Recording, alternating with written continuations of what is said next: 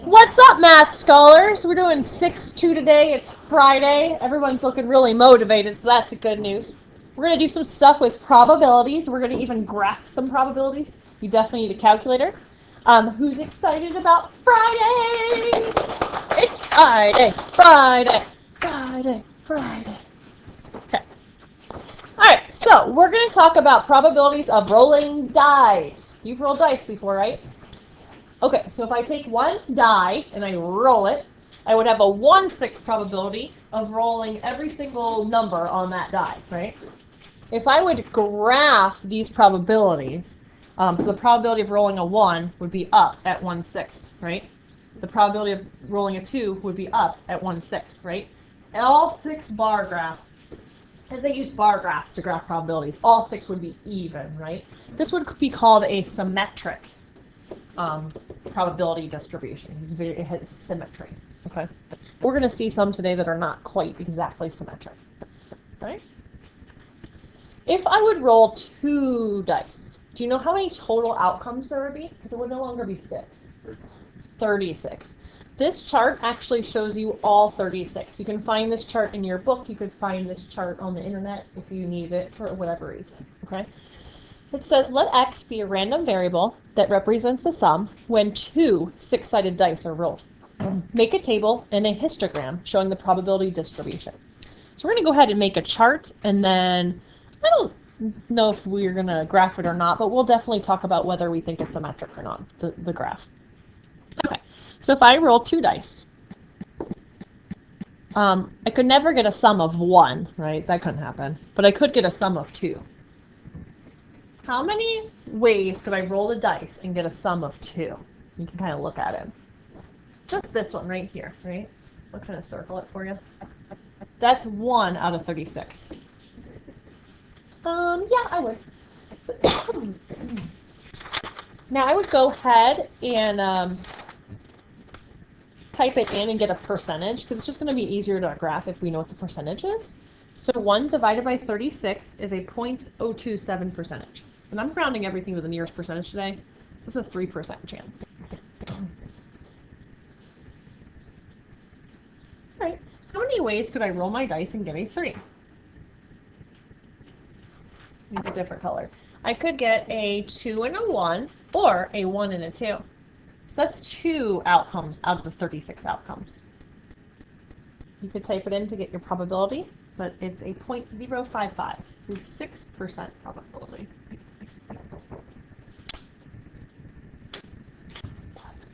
Let that roll in. Okay, how many ways could I get a sum of 4? Once you start understanding how this chart works, it's very easy. 3 and 1, 2 and 2, 1 and 3. So that's 3 out of 36, right? Did anybody type that one in yet?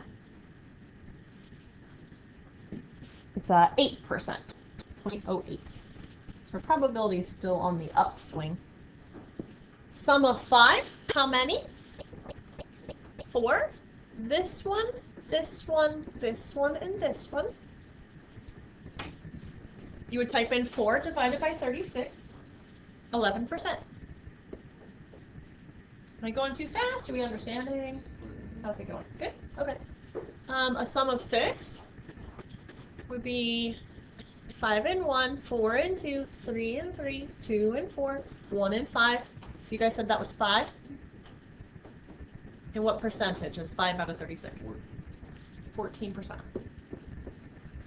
Now, because of all the rounding we're doing, these all might not add up to 100%, but it should be close.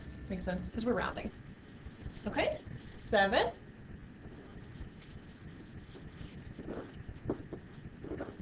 Making sure I have enough room for my whole chart. Okay, 7. How many ways can I get a 7? 1, 2, 3, 4, 5, and 6. 6 out of 36. And what percentage is that? 17%.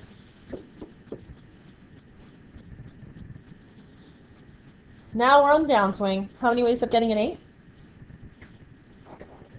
5 out of 36. So without even typing it in, I can see it right here. Right? How many ways of getting a 9? 4 out of 36. I can see that answer right here, 11%. How many ways of getting a 10? 3. So this is exactly symmetric, right? 2 out of 36 would be 0.06, and 1 out of 36 would be 0.03. So I'm not going to actually make the time to make my bar graph, but do you agree if I would make my bar graph, it would start low, it would grow a little bit, it would top out there at 7 with the outcome of 7, and then it'd come back down again. It would have exact perfect symmetry. Okay, so it would be a symmetric probability distribution graph. All right, we do have a few questions we should probably practice down here at the bottom. What is the most likely sum when rolling 2 dice? 7. Yeah, we just kind of said that a second ago. And then what's the probability that the sum is at least 10? So basically all of these guys added up. So 6 out of 36.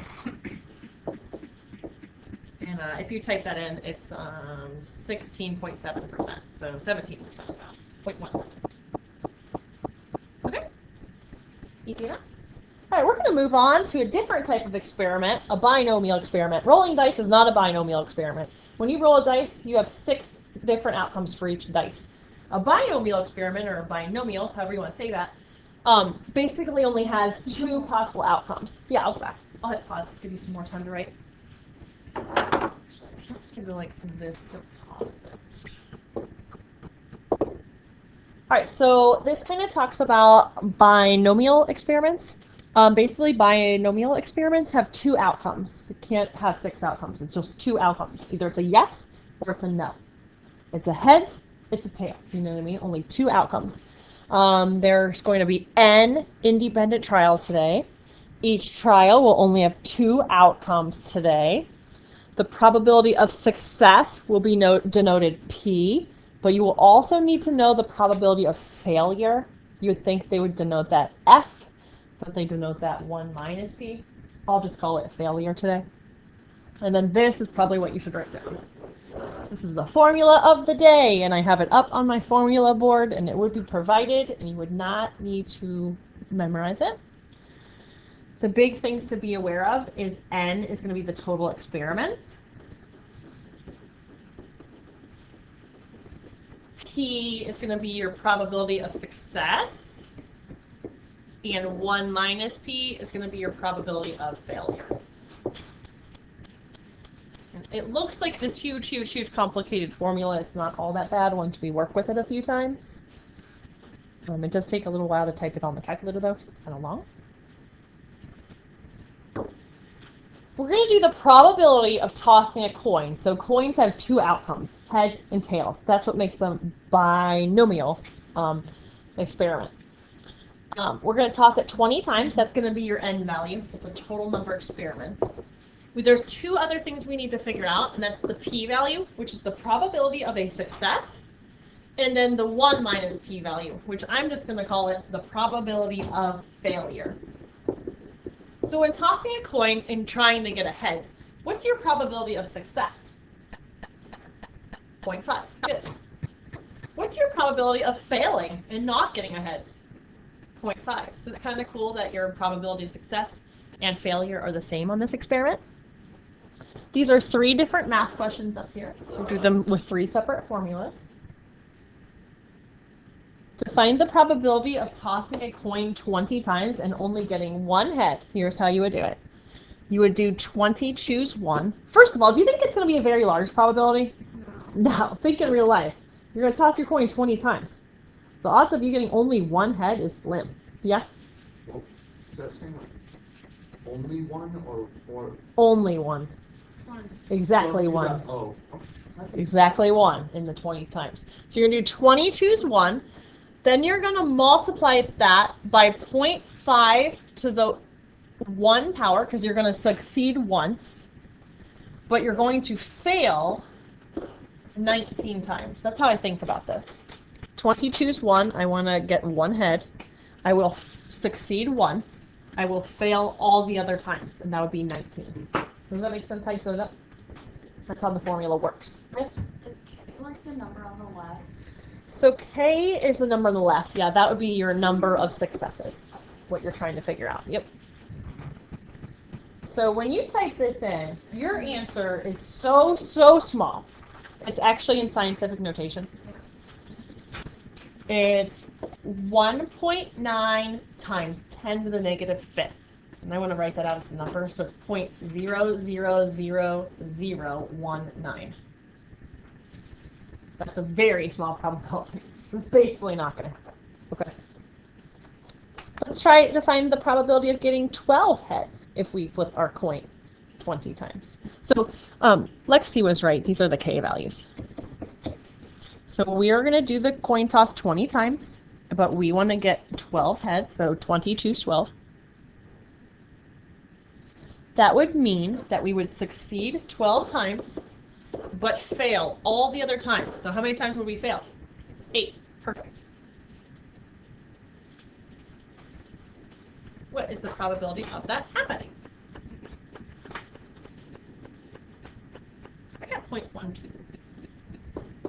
And I do want to point out, if you have one of the newer calculators, you can just arrow up and change numbers, so you don't have to keep grabbing the NCR button. So you just arrow up and like change the 1 into a 12, you know what I mean? Change the numbers you need to change. Save your time. Alright, and then last one. If I want 15 heads, it would be 20 choose 15. How many successes would we have? That goes first. 15 successes. How many failures would we have? 5 failures. That's going to be 0.01 if I round it to the nearest percent. So 1% chance. What do you think would be the highest percent chance if we would do every single outcome? I mean, my guess would be 10 because it's a 50% chance of happening. But I'm not curious enough to do all the different combinations, but that would be my guess. Okay. Let's talk really quick about skewed left and skewed right, and then we'll do the soccer ball problem to end the day.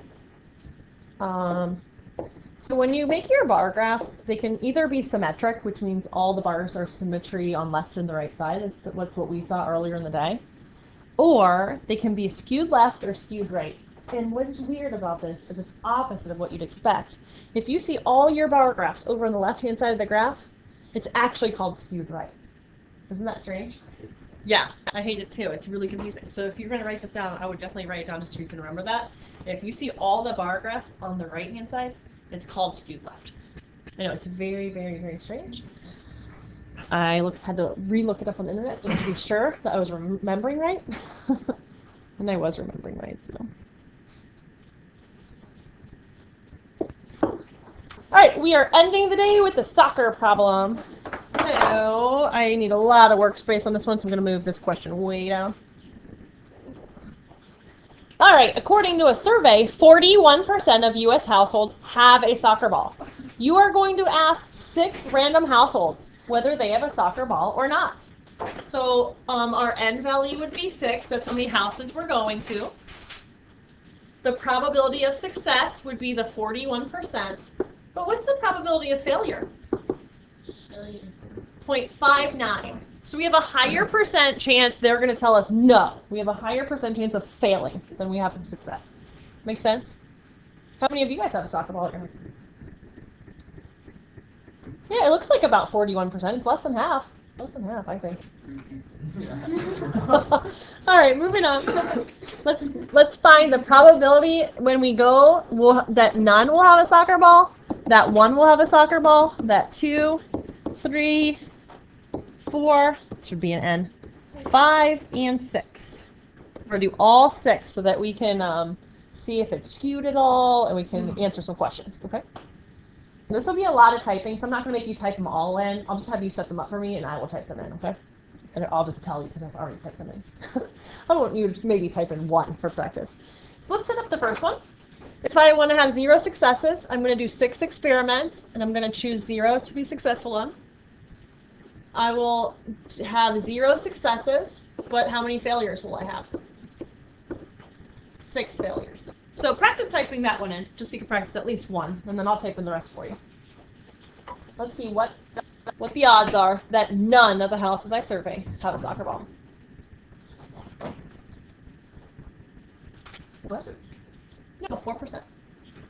0.04. That's what I got. Try typing it again if you didn't get that. 0.04? Yeah, and then rounding it again. So if you round, all of your percentages might not add up to 100. That's a disclaimer. But I just like rounding. It's easier.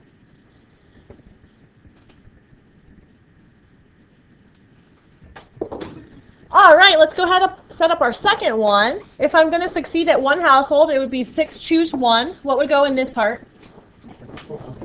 So the first, because you're going to succeed once. You're going to fail how many times? 5 times. So just to save time, I'm going to type it in for you. Type. 18%. Okay. Can I have a class volunteer set up the next one for me? Oh, I'm sorry. These should all be K's, not N's. Can you forgive me for that? Because that's how many times you are succeeding. It's not the number of experiments. My bad. Spencer's going to set it up. Go for it. Just tell me. 6, choose 2. Okay. 0.41 to the second. 0.59 to the fourth. Perfect. Type. 31%. Okay. Here's a ticket, Spencer. Who would like a ticket to set up my next one? Ethan. On 6 and 3. Okay. Or 1. Perfect. Type. 28%. Here's a ticket for Ethan. Who wants to set up my next one? Madison. 64. Mm-hmm. 0.41 to the fourth. Uh-huh. And 0.59 to the square. Yeah, so just make sure these two add up to your 6, because that's how many times you're succeeding. That's how many times you're failing. I typed it in for you, and I got 15%. Who wants to set up my next one? Kylie. 6, choose 5. Okay.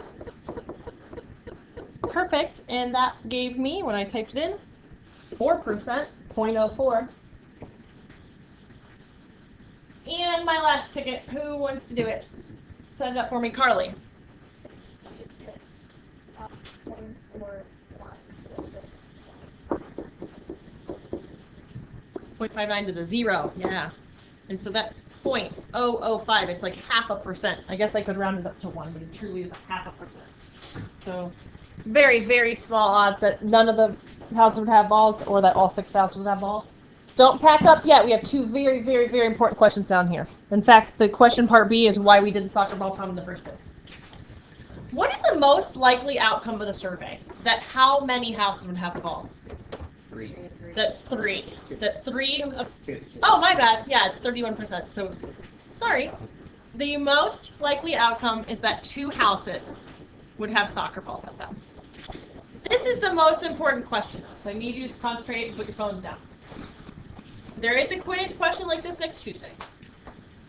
We have to talk about the term "at most" because it's such a weird term. What is the probability that at most 2 houses have soccer ball? Do you understand what that means? What that at most means? It means these could happen. 2 could have it, 1 could have it, or 0 could have it. And you're going to add these up. You're going to add these probabilities up. So what is 4% plus 18% plus 31%? 49.04. Oh, well, I guess I should do 0.4904. That's what point.